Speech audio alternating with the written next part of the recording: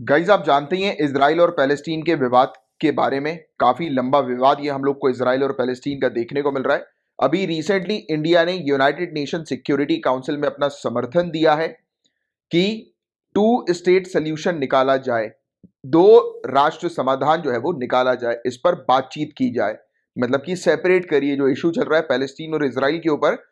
अब इस इशू को रिजॉल्व किया जाए जल्द से जल्द, और जिन टेरिटरीज के ऊपर ये क्लेम कर रहे हैं बीच का समाधान निकालकर दोनों को अपनी अपनी टेरिटरी दे दी जाए और विवाद को जो है वो रिजॉल्व किया जाए। और गाइज इस बैठक में दो राष्ट्र समाधान को नष्ट होने से रोकने के लिए अंतर्राष्ट्रीय समुदाय की दृढ़ प्रतिबद्धता की पुष्टि करने के लिए सुरक्षा परिषद द्वारा संकल्प यानी कि रेजोल्यूशन 2334 को पारित किया गया। यानी कि इसी मैटर पर, जो इजराइल और पैलेस्टीन का जो मुद्दा है, इस पर एक रेजोल्यूशन 2334 जो है वो यूनाइटेड नेशन सिक्योरिटी काउंसिल लेकर आई है। You guys don't need to remember the name of resolution की, रेजोल्यूशन नंबर कौन सा है, ये चीज इंपॉर्टेंट नहीं है। मेन चीज आपको पता होनी चाहिए इजराइल पैलेस्टीन के मुद्दे के बारे में। गाइस हम लोग डिस्कस करेंगे इजराइल पैलेस्टीन के मुद्दे को, इजराइल फिलिस्तीनी विवाद को काफी डिटेल में हम लोग समझेंगे।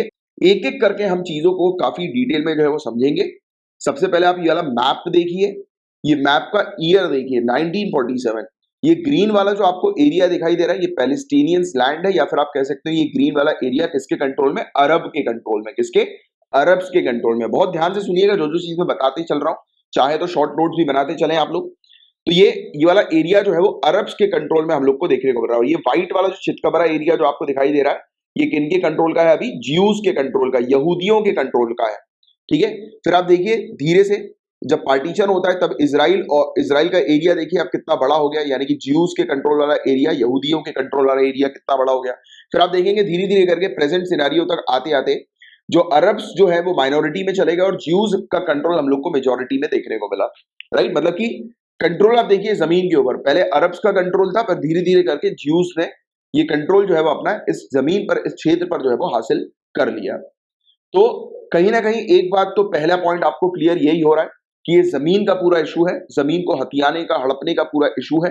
और किनके बीच का इशू है ये भी आपको क्लियर हो गया, ज्यूज का और अरब्स का, यहूदियों का और अरबों के बीच का ये संघर्ष, ये इशू, ये कॉन्फ्लिक्ट हम लोग को देखने को मिल रहा है, जो जिसको 100 साल से भी ज्यादा हो चुके हैं और अभी भी ये कॉन्फ्लिक्ट लगातार चल रहा है।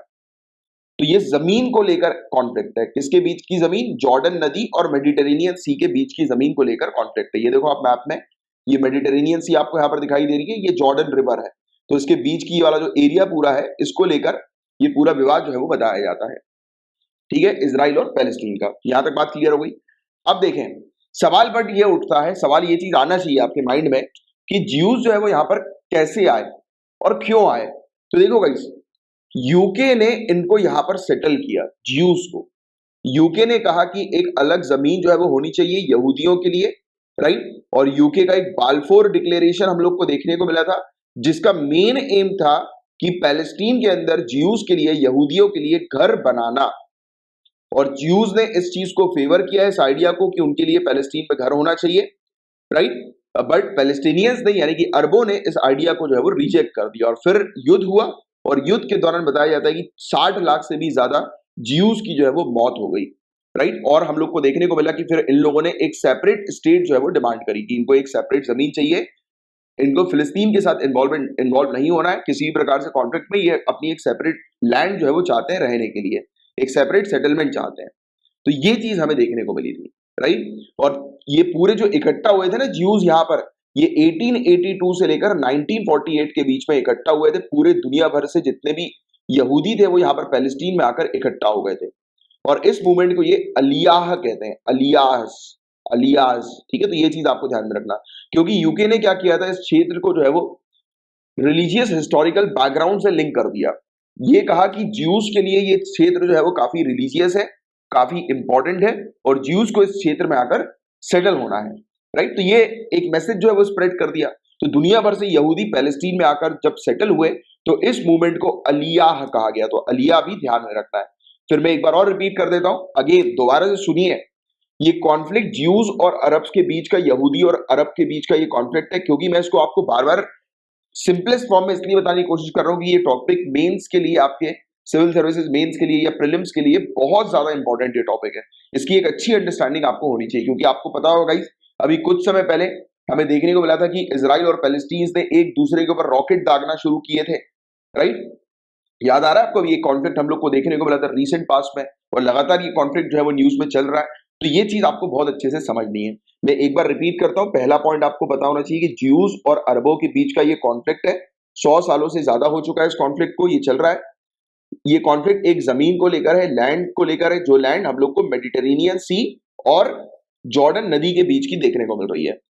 तीसरा पॉइंट हुआ यह था कि यूके ने इस क्षेत्र के ऊपर अपना कंट्रोल जो है वो हासिल किया कब? जब ओटोमन एम्पायर जो है वो गिर गया वर्ल्ड वॉर 1 के बाद 1917 में। और यूके ने जो है वो प्रॉपर तरीके से सभी ज्यूज को जो है वो बोला, एक मैसेज स्प्रेड किया कि सभी के सभी जितने भी ज्यूज हैं वो यहाँ पर पैलेस्टीन में आकर सेटल हो। और यूके ने क्या क्या किया? इस पैलेस्टीन क्षेत्र को ज्यूज के रिलीजियस हिस्टोरिकल बैकग्राउंड के साथ लिंक कर दिया, राइट। तो 1882 से लेकर 1948 के बीच में ज्यूज पूरे दुनिया भर से पैलेस्टीन में गैदर हुए और इस मूवमेंट को कहा गया अलिया, ठीक है। और फिर बाल्फोर डिक्लेरेशन यही था, जिसका मेन एम ये था बाल्फोर डिक्लेरेशन का, कि ब्रिटेन ने ये बोला कि जितने भी ज्यूज हैं उनका घर होना चाहिए पैलेस्टीन में, राइट। और ज्यूज ने इस आइडिया को जो है वो फेवर किया कि हाँ पैलेस्टीन में हमारा घर होना चाहिए। बट क्या हुआ कि पैलेस्टीनियंस ने यानी कि अरबों ने इस आइडिया को रिजेक्ट कर दिया। फिर युद्ध हुआ और युद्ध में 60 लाख से भी ज्यादा ज्यूज की जो है वो मौत हो गई, राइट। फिर इन्होंने जो है वो इवन डिमांड भी करी कि इनको एक सेपरेट ज्यू स्टेट जो है वो चाहिए। बात क्लियर यहां तक? ठीक है, आगे की चर्चा करते हैं। तो ज्यूज ने क्लेम किया पैलेस्टीन को, राइट, कि ये इनका नेचुरल होम है, ये इनका घर है। और अरब ने भी यही चीज जो है वो क्लेम करी है, और अरब इस जमीन से हटने के लिए तैयार नहीं हुए, रेडी नहीं हुए। फिर इंटरनेशनल कम्युनिटी को सपोर्ट, मतलब इंटरनेशनल कम्युनिटी ने जो है वो ज्यूज को सपोर्ट कर दिया, राइट, इसी बीच। क्योंकि अब देखो यूके पावरफुल कंट्री हम लोग को देखने को मिल रही है, राइट, लगातार, राइट, बहुत समय से, राइट। अगर आप देखेंगे इंडस्ट्रियल रेवोल्यूशन, इवन अपने ही पास को देख लो ना, इंडिया के पास को देख लो, इन्होंने अपने ऊपर कंट्रोल किया। और ना ही सिर्फ अपने ऊपर कंट्रोल किया इंडिया के ऊपर, बाकी और भी काफी सारी कंट्रीज के अंदर इन्होंने अपनी कॉलोनी स्टैब्लिश करी थी। तो पावरफुल कंट्री थी ऑलरेडी है, राइट, ब्रिटेन। तो इसमें इंटरनेशनल कम्युनिटी का जो है वो सपोर्ट ले लिया, राइट, ज्यूज को सपोर्ट करते हुए। तो इंटरनेशनल कम्युनिटी ने ज्यूज को सपोर्ट किया। फिर 1947 में यूनाइटेड नेशन ने वोट किया कि पैलेस्टीन जो होगी वो सेपरेट ज्यूज और अरब स्टेट पे स्प्लिट हो जाएगी, और जेरूसलम जो होगी वो एक इंटरनेशनल सिटी होगी। क्योंकि जेरूसलम को लेकर ही दोनों का इशू चलता है, राइट, कि जेरूसलम किसकी कैपिटल होगी, राइट। तो ये इशू हम लोग को देखने को मिलता है। और ये प्लान जो है गाइस, ये ज्यूइश लीडर ने एक्सेप्ट किया। ज्यू ने बोला, यहूदियों ने बोला कि हाँ हमें ये प्लान पसंद है, एक काम करो इसको एक इंटरनेशनल सिटी बना लो। बट अरब ने इसको कभी भी जो है वो एक्सेप्ट नहीं किया, इवन रिजेक्ट कर दिया, और ना कभी इंप्लीमेंट किया। आज की डेट तक भी ये इंप्लीमेंटेड नहीं है। अब देखिए गाइस, ये इजराइल बनी कैसे, इस चीज को समझिए। तो 1948 का समय था, ब्रिटेन ने अपना कंट्रोल इस क्षेत्र से हटा दिया, और ज्यूज ने डिक्लेयर कर दिया इजराइल, कि ये बोल रहे थे कि अब एक लैंड होगी जिसको हम लोग इजराइल नाम देंगे, अब ये इनकी कंट्री है, राइट, इजराइल। तो ज्यूज ने इजराइल जो है वो उसका डिक्लेरेशन कर दिया। अब ऑब्वियस ही बात है, यहाँ पर अरब्स मौजूद थे, पैलेस्टीनियंस मौजूद थे, उन्होंने ऑब्जेक्शन उठाया, राइट, और ज्यूज भी पीछे नहीं हटे। और इसी के कारण अरब और इजराइल का वॉर, या फिर आप कह सकते हो ज्यूज और अरब का वॉर, या फिर इसे फेमसली जो है वो कहा जाता है अरब इजराइल वॉर, राइट, 1948 का। तो ये वाली चीज आपको थोड़ा सा ध्यान में रखना है, इजराइल अरब वॉर 1948 का। तो ये हुआ, ये आर्म कॉन्फ्लिक्ट हम लोग को देखने को मिला। अब ये जो कंट्री देखिए आप, इजराइल, ये छोटी सी कंट्री है, इसके आजू बाजू सभी जो है वो अरब कंट्रीज हम लोग को देखने को मिल रही है, सभी अरेबियंस है, राइट। तो ये उससे घिरी हुई है। बट फिर भी आप देखिए, छोटी सी कंट्री यानी कि होने के बावजूद भी इन्होंने सभी को मारा, सभी को निपटाया, राइट। इजरायली ट्रूप्स ने जितने भी अरब यहाँ पर आ गए थे सपोर्ट करने पैलेस्टीनियंस का, राइट, सभी, क्योंकि अब सभी जो है वो पैलेस्टीनियन का सपोर्ट करने लगे इस क्षेत्र पर, क्योंकि अरेबियन क्षेत्र हम लोग को ये देखने को मिल रहा है। और ये बीच में ज्यूज फंस गया, सभी इसके अपोजिशन में थे, बट ज्यूज ने सबको पेला, यानी कि इजराइल के ट्रूप्स ने सबकी बैंड बजाई, राइट। तो ये चीज है। और भारी मात्रा में पैलेस्टीनियंस को अपने घर को छोड़कर जाना पड़ा, और इसी चीज को अल नकबा कहा जाता है, अल नकबा या विनाश, कैटेस्ट्रॉफी, इस चीज को कहा जाता है। तो याद रखिएगा ये वाला इशू 1948 का अरब इजराइल वॉर, राइट। फिर इजराइल ने यहां पर फिर अपना कंट्रोल जो है वो हासिल कर लिया अरब इजराइल वॉर के बाद 1948 के। फिर क्या हुआ, जॉर्डन के साथ इसका युद्ध छिड़ा, राइट, इजराइल और जॉर्डन का युद्ध हुआ। और हमें देखने को मिला कि जॉर्डन ने कुछ पार्ट जो है इस जमीन का, इस क्षेत्र का जो है वो अपने कंट्रोल में कर लिया, राइट। जैसे वेस्ट बैंक का नाम जो है वो हम लोग वेस्ट बैंक के नाम से जिसे जानते हैं, ये वाला क्षेत्र, ये वेस्ट बैंक वाला क्षेत्र, तो जॉर्डन है यहाँ पर, जॉर्डन ने कुछ एरिया वेस्ट बैंक का अपने कंट्रोल में कर लिया। सेम ऐसे ही इसराइल का कुछ पार्ट, कुछ एरिया जो है वो इजिप्ट इजिप्ट ने भी अपने कंट्रोल में कर लिया, जैसे हम लोग गाजा के नाम से जानते हैं, गाजा स्ट्रिप। तो आप देखिए ये गाजा स्ट्रिप, तो इजिप्ट ने ये वाला एरिया अपने कंट्रोल में कर लिया, जॉर्डन ने ये वाला एरिया वेस्ट बैंक का अपने कंट्रोल में कर लिया। ठीक है, तो ये घटना जो है वो घटी थी क्योंकि आसपास के सपोर्टर्स आ गए थे ना पैलेस्टीनियंस के। अभी हमने बात करी 1948 में अरब इजराइल युद्ध में पैलेस्टीनियन को सपोर्ट करने के लिए आसपास के अरब्स आ गए। तो उनमें से एक जो था जॉर्डन था, एक जो था वो इजिप्ट था।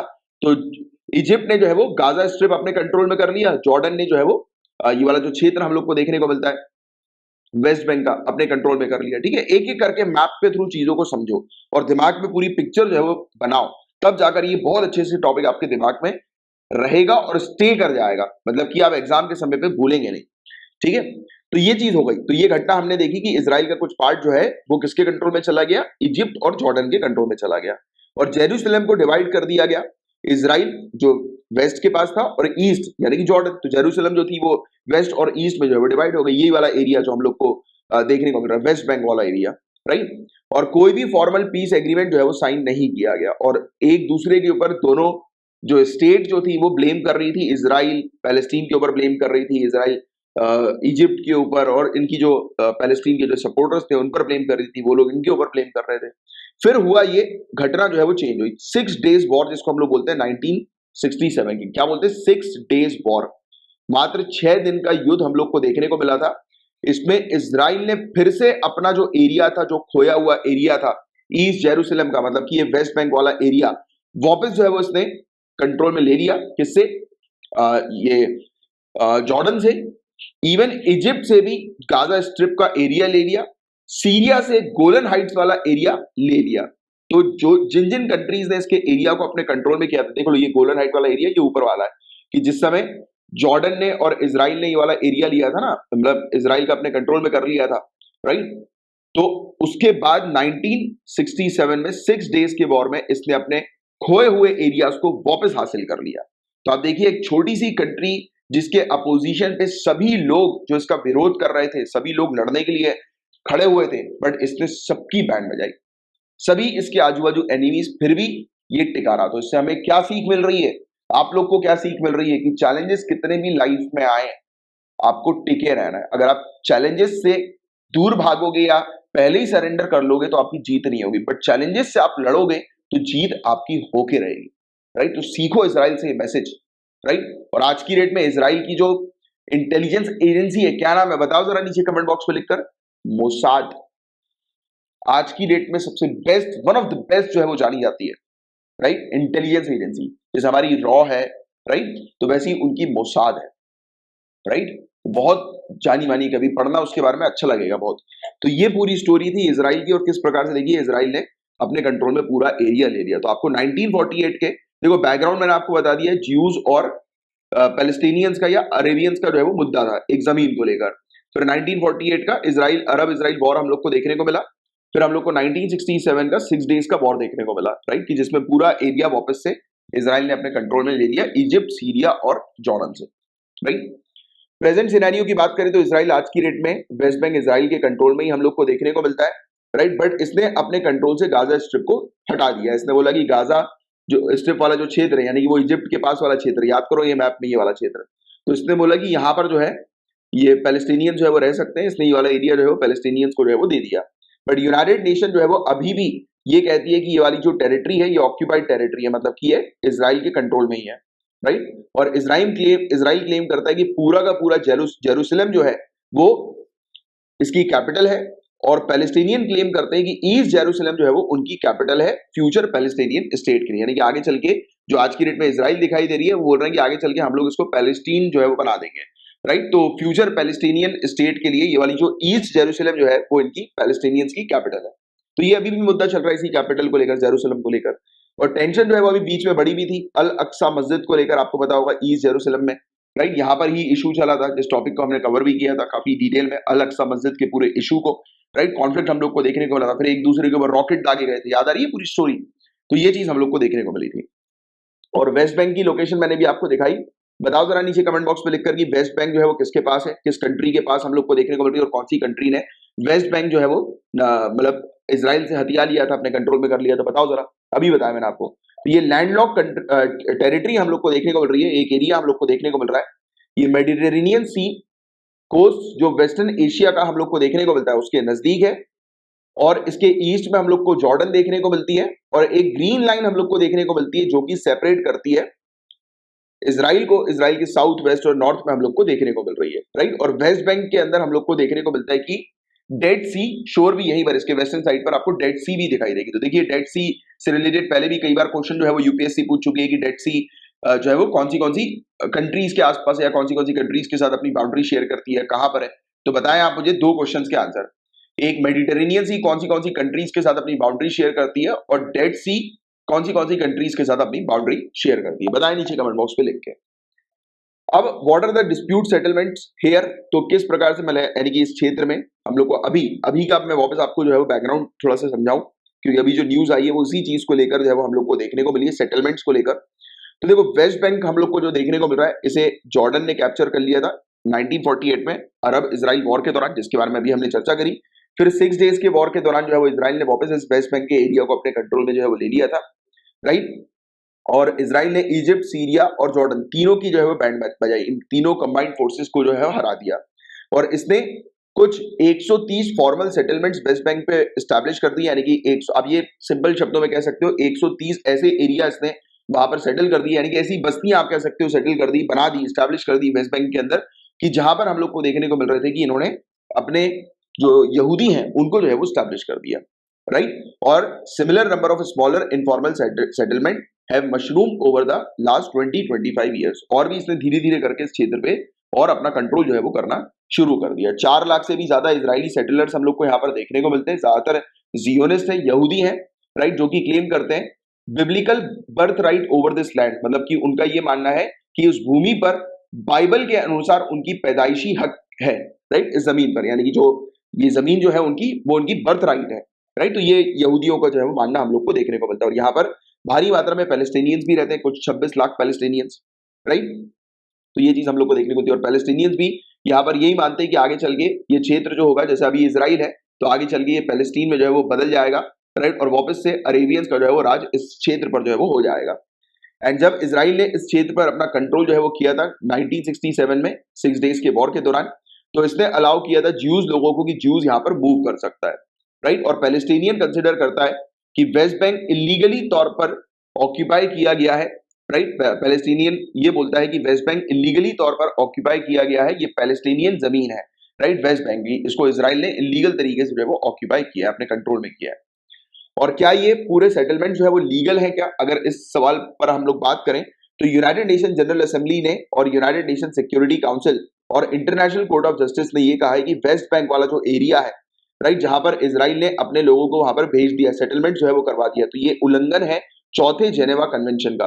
अब चौथा जेनेवा कन्वेंशन 1949 का ये क्या कहता है कि कोई भी किसी भी प्रकार से, जैसे कि एक कंट्री है, जैसे इजराइल और पैलेस्टीन की अगर बात करें, तो ये टेरिटरी को लेकर इशू था, तो इजराइल ने अरेबियंस के साथ जब युद्ध छेड़ा, तो कोई भी किसी भी प्रकार से अपने सिविलियंस को, राइट, यानी कि आम जनता को किसी भी प्रकार से ऐसे क्षेत्र पर नहीं भेजेगी जिस क्षेत्र को इसने ऑक्यूपाई किया, अपने कंट्रोल में किया, क्योंकि उस क्षेत्र पर खतरा होता है ना सिविलियंस की जान का, राइट। तो ये चीज हम लोग को देखने को मिलती है। तो ये क्लियरली उल्लंघन जो है वो बताया जाता है चौथे जेनेवा कन्वेंशन का। और रोम स्टैट्यूट के अंदर भी जो कि सेटअप की गई थी, जिसके द्वारा सेटअप किया गया था इंटरनेशनल क्रिमिनल कोड 1998 में, तो ये वाला पॉइंट भी ध्यान में रखना। कभी कभी ये भी क्वेश्चन आ सकता है कि रोम स्टैट्यूट जो है वो किसके द्वारा, मतलब रोम स्टैट्यूट ने किस चीज को सेटअप किया, तो आईसीसी इंटरनेशनल क्रिमिनल कोड को 1998 में सेटअप किया। तो इसने भी इसी चीज को ये कहा कि इस प्रकार के जो ट्रांसफर होते हैं, सिविलियंस को भेजा जाता है इस तरीके से ऐसे एरिया पर, जिस एरिया पर एक कंट्री ने जो अपना कंट्रोल हासिल किया है, राइट, तो वो एक प्रकार का वॉर क्राइम है, राइट। तो ये चीज यहाँ पर बताई जाती है, ये वॉर क्राइम है, इसको आप किसी प्रकार से जस्टिफाई जो है वो नहीं कर सकते कि मिलिट्री के लिए जरूरत थी कि वहां पर उनको भेजना सिक्योरिटी पॉइंट ऑफ व्यू से, तो वो सब आप जस्टिफाई नहीं कर सकते, ये वॉर क्राइम के अंडर ही आएगा। तो ये जो हमें देखने को मिल रहा है कि यहाँ पर जो सेटलमेंट किया जा रहा है, यहाँ पर लोगों को जो शिफ्ट किया जा रहा है वो इलीगल है, ठीक है, बात समझ में आ गई आपके।